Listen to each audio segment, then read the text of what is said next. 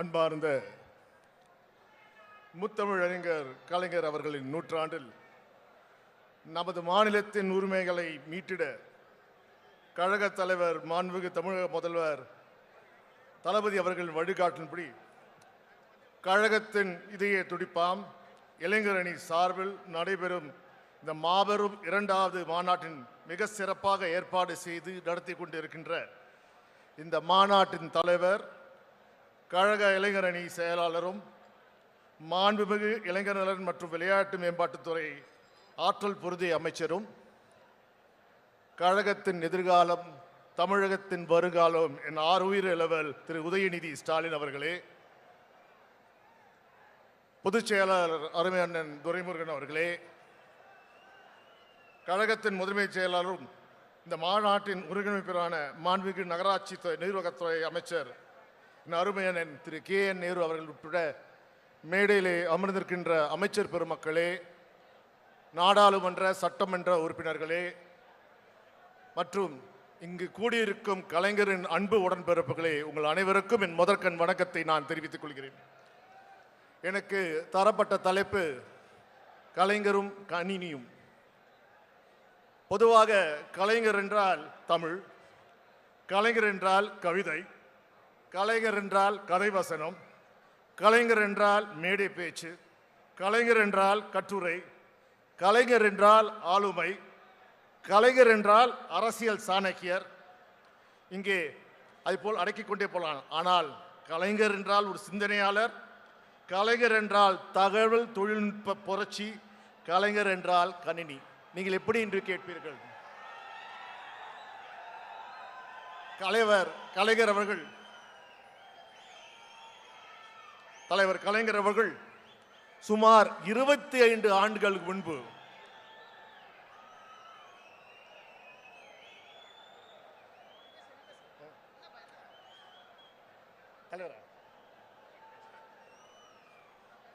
கலைஞர் அவர்கள் சுமார் 25 ஆண்டு முன்பு இந்தியாவிலே எந்த மாநிலம் செய்யாத புரட்சியை செய்தார். அது என்ன புரட்சி என்றால், முதலில் தமிழகத்தில் தமிழ்நாட்டில் அமைச்சரவையில் தொழில்நுட்பத்துறை அமைச்சகத்தை உருவாக்கிய பெருமை யாருக்கு சேரும் என்றால் அது டாக்டர் கலைஞருக்கு தான் சேரும். அது மட்டுமல்ல, தொழில்நுட்ப புரட்சியை செய்துவிட்டு சும்மா இருக்கவில்லை கலைஞர் அவர்கள். காரணம் என்றால், இன்றைக்கு நீங்கள் எல்லாம் உங்கள் செல்போனிலே தமிழிலே டைப் படிக்கிறீர்களே, அது எப்படி சாத்தியமானது? அதற்கு காரணம் யார் என்றால் கலைஞர் தான். அது எப்படி என்றால், எப்பொழுதுமே நமது தமிழ் ஆர்வலர்களுக்கும் புலவர்களுக்கும் எப்பவுமே 2 கட்சி ஒருத்தர சண்டை போட்டுப்பாங்க. அப்பொழுது பெரிய பிரச்சனை என்றால் இந்த கீபோர்டை எப்படி உருவாக்குவது, எப்படி கீபோர்டை நாம் வைத்துக் கொள்வது. அதில் 2 விதமான கருத்துக்கள் இருந்தது.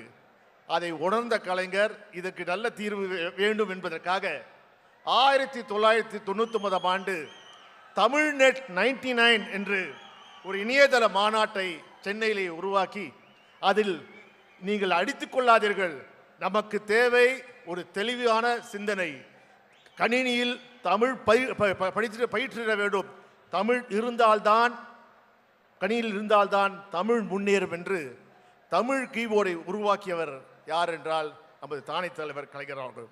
அப்பொழுது அந்த மாநாட்டின் துணை தலைவராக இருந்தவர் என் மறைந்த தந்தை திரு முரசொலி மாறன் அவர்கள். அவர் உரையில் ஒரு பகுதியை இங்கே கோடிட்டு காட்ட விரும்புகிறேன். தமிழில் பேசி உரையாடும் ஆற்றலும் கணிப்பொறிக்கு வந்துவிட்டால் தமிழ்நாடு மட்டுமல்ல, தமிழ் கூறும் நல்லுலகமே ஓர் குடையின் கீழ் வந்துவிடும். இயல், இசை, நாடகம் என்று 3 வகுத்த தமிழை முத்தமிழ் என்பார்கள். ஆனால் தற்போது 4வது தமிழ் உருவாகி இருக்கிறது. அதன் பெயர்தான் கணிப்பொறி தமிழ். அதை உருவாக்கியவர் கலைஞர் அவர்கள். அவர் முத்தமிழறிஞர் அறிஞர் மட்டுமல்ல, 4வது தமிழை அறிமுகப்படுத்த நற்றமிழ் அறிஞர் என்று கூறலாம். ஏன் உண்மையை சொல்வென்றால், திருக்குவளை என்னும் ஒரு குக்கிராமத்தில் பிறந்து வளர்ந்த ஒருவர் கணிப்பொறிக்கு உலக அளவிலே தமிழுக்கு கீபோர்டை உருவாக்கிய காரணமாக இருந்தவர் கலைஞர் அவர்கள். அது மட்டும் பார்த்தீங்கன்றால், கிட்டத்தட்ட 24 ஆண்டுக்கு முன்பு இந்தியாவிலே, ஏன் ஆசியாவிலேயே மிகப்பெரிய ஐடி புரட்சிக்காக டைட்டில் பார்க்கை சென்னையிலே கட்டி ஐடி துறை மூலமாக தமிழ் இளைஞர்கள் எல்லாம் வேலைவாய்ப்பை பெற்று உலகத்துக்கு சென்று நல்ல வருமானம் இருக்கலாம், அவர் வாழ்க்கை மாற்றம் ஏற்படும் என்று உண்ணி டைட்டில் பார்க்கை உருவாக்கியவர் யார் என்றால் தலைவர் கலைஞர். அதன் அடிப்படையில் தான் பார்த்தீர்கள் என்றால் உலகத்திலே தலை சிறந்த சாஃப்ட்வேர் என்றால் மைக்ரோசாஃப்ட். அந்த மைக்ரோசாஃப்டின் தலைவர் இந்தியாவுக்கு வருகிறார், தமிழ்நாட்டுக்கு வருகிறார். அப்பொழுது கலைஞர் எதிர்க்கட்சி தலைவர், அவர் முதலமைச்சர் கூட இருந்த ஜெயலலிதாவை சந்திக்கவில்லை. முதலில் சந்தித்தது யார் என்றால் முத்தமிழறிஞர் கலைஞரை சந்திக்கிறார். காரணம், அவர் கணினிலே அவர் செய்த புரட்சி. அதன் காரணமாக தான் பார்த்தீர்கள் என்றால் இன்றைக்கு நம்மளால் சொல்லி பெருமையாக பேசுகிறோம். இன்று இந்தியாவிலே ஐபோனை தயாரிக்கிறார்கள். அதற்கு காரணம் யார் தெரியுமா? அதற்கு காரணம் கலைஞர் அவர்கள் தான். அவர் கணினி புரட்சி செய்ததால் காரணம்தான் இன்றைக்கு ஃபாக்ஸ்கானும் ஃப்ளெக்ஸ்ட்ரானும் சாம்சங்கும் டெல் கம்ப்யூட்டர் எல்லாம் இன்றைக்கு தமிழ்நாட்டிலே உருவாகி நமக்கு வேலை வாய்ப்பினை தருகின்ற புரட்சியை செய்தவர் கலைஞர். இத்தனை செய்த கலைஞர் தமிழுக்காக என்னென்ன செய்தாரோ இன்னும் மிக முக்கியமான காரணம் ஒன்றை சொல்லி கோடிட்டு காட்ட விரும்புகிறேன். இன்று இந்த காலகட்டத்திலே கலைஞர் கணினிக்கு செய்தவரை தமிழ் அனைத்தையும் தமிழுக்கு செய்தார். இன்னைக்கு தமிழுக்கு செம்மொழி அந்தஸ்து வந்தது என்றால் அதற்கு காரணம் ஒரே ஒருவர் தான், அதுக்கு மறைந்த நம் முத்தமிழறிஞர் கலைஞர் அவர்கள் தான். 2004ஆம் ஆண்டு நடைபெற்ற பாராளுமன்ற தேர்தலிலே தேர்தல் அறிக்கையிலே தமிழுக்கு செம்மொழி அந்தஸ்து வாங்கி தருவேன் என்ற உறுதிமொழியை கலைஞர் குறித்தார். அப்பொழுது அந்த உறுதிமொழியை நிறைவேற்றும் பணி நமது டிஆர் பாலுவர் அண்ணன் டிஆர் பாலுவருக்கும் எனக்கும் இருந்தது. கலைஞரை டெல்லியில் சந்தித்துவிட்டு இன்று அமைச்சரவை கூட்டம் நடக்கிறது. இன்றைக்கு தமிழுக்கு செம்மொழி அந்தஸ்து வழங்குகின்ற கோப்பு வருகிறது. கட்டாயமாக தமிழுக்கு செம்மொழி அந்தஸ்தை வாங்கிவிட்டு உங்களை வந்து சந்திக்கிறோம் என்று உறுதியினை தந்தோம். அமைச்சரவை கூட்டம் கூறியது. அப்போதைய பிரதமர் திரு மன்மோகன் சிங். கோப்பு வருகிறது. அந்த கோப்புக்கான அமைச்சர் யார் என்றால் மறைந்த திரு ஜெய்பால் ரெட்டி அவர்கள். அவர் கோப்பை படித்து தமிழுக்கு செம்மொழி அந்தஸ்து வழங்கலாம் சொல்லிவிட்டு அதை நான் முதலில் எதிர்க்கிறேன் என்றார்.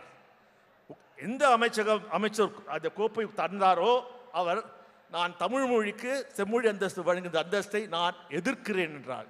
நாங்களாம் ஆச்சரியத்தில் பட்டோம். என்னது நீங்கள் இப்படி சொல்லுகிறீர்களே, என்ன காரணம் என்று கேட்டால் காரணம் ஒன்று தான். நான் ஆந்திராவை சேர்ந்தவன், தெலுங்கு பேசுகிறவன். நான் தமிழுக்கு செம்மொழி அந்தஸ்து வழங்கிவிட்டு திரும்பி என் சொந்த ஊருக்கு நான் போக முடியாது. அப்படி போனால் எங்கள் ஊர் மக்கள் எங்களை கல்லால் அடிப்பார்கள் என்றார். அவள் தான் தீ பற்றியது. உடனே கேரளத்தை சேர்ந்த அமைச்சர் இருந்தார். ஆமாம் ஆமாம், நீங்கள் தமிழுக்கு கொடுத்து விட்டால் நான் திருவனந்தபுரம் போக முடியாது, போனால் எங்கள் மக்கள் எங்களை கல்லால் அடிப்பார்கள். அடுத்தது கர்நாடகா. அவர்கள் ஐயோ கன்னடத்துக்கு நீங்கள் தராவிட்டால் நாங்கள் முடித்தோம், அதனால் தமிழுக்கு கட்டாயமாக தரக்கூடாது. பெரிய காரசாரமான வாக்குவாதம் ஏற்படுகிறது. அனைவரும் பேசிக்கொண்டே இருக்கிறார்கள். நான் அமைச்சரவை கூட்டத்திலே வெளியே சென்று விட்டு கலைஞருக்கு ஃபோன் செய்தேன். தாத்தா ஒரு சின்ன பிரச்சனை என்னன்னு கேட்டார். இல்லை தமிழுக்கு செம்மொழி அந்தஸ்து வழங்குவதில் பிரச்சனை இருக்கு. என்ன பிரச்சனை? இந்த மாதிரி மற்றவர்கள் கேரளாவை சேர்ந்தவர்கள், ஆந்திராவை சேர்ந்தவர்கள், கர்நாடகாவை சேர்ந்தவர்களாம் பிரச்சனையை எழுப்புகிறார்கள். இது எப்படி தீர்ப்பது தெரியலை. அவ்வளோதானே, நான் சொல்கிறத போய் உள்ளே சொல்லுனார். உள்ளே சென்றேன். அந்த கோப்பை அடுத்த அமைச்சர் கூட்டத்துக்கு எடுத்து வைக்கலாம் இருக்கும்போது பிரதமர் கேட்டேன். பிரதமர் ஒரே ஒரு நிமிடம், நான் இப்பொழுதுதான் கலைஞரிடம் பேசிட்டு இருந்தேன், அவர் ஒரு தீர்வு சொல்லியிருக்கிறார்கள், அந்த தீர்வை நீங்கள் கேட்ட பிறகு உங்கள் முடிவை எடுங்கள் என்றார். என்ன தீர்வு என்றால்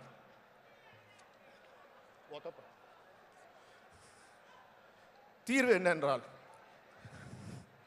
தீர்வு ஒரேதான். அவர்கள் கேட்பது நியாயம்தான். தமிழுக்கு மட்டுமில்ல, தெலுங்குக்கும் கன்னடத்துக்கும் மலையாளத்துக்கும் செம்மொழி அந்தஸ்து தாருங்கள். ஏனால் அத்துணையும் திராவிட மொழிகள், அனைத்து திராவிட குடும்பங்கள் பிரச்சனை இல்லை சொன்னேன். ஜெய்பால் ரெட்டிக்கு சந்தோஷம். ஐயா போதும், தமிழுக்கு உடனடியாக அன்றே அப்பொழுதே செம்மொழி அந்தஸ்து வந்தது. அதற்கு காரணமாக இருந்தவர் தலைவர். இன்னொரு மிக சிறப்பு என்று தெரியுமா? இந்தியாவிலே முதல் மொழி எந்த மொழிக்கு செம்மொழி அந்தஸ்து என்று தெரியுமா? தமிழுக்கு தான். அதற்கு பிறகுதான் சமஸ்கிருதம். ஏன் சொல்கிறேன் என்றால் அதற்கு பெருமை பெற்றவர், அது தகுதியானவர் கலைஞர் குழி. இந்த நல்ல வாய்ப்பை தந்த அனைவருக்கும் நன்றி தெரிவித்து நன்றி, வணக்கம். உடனுக்குடன் செய்திகளை தெரிந்து கொள்ள சன் நியூஸ் பெல் ஐகானை கிளிக் பண்ணுங்க.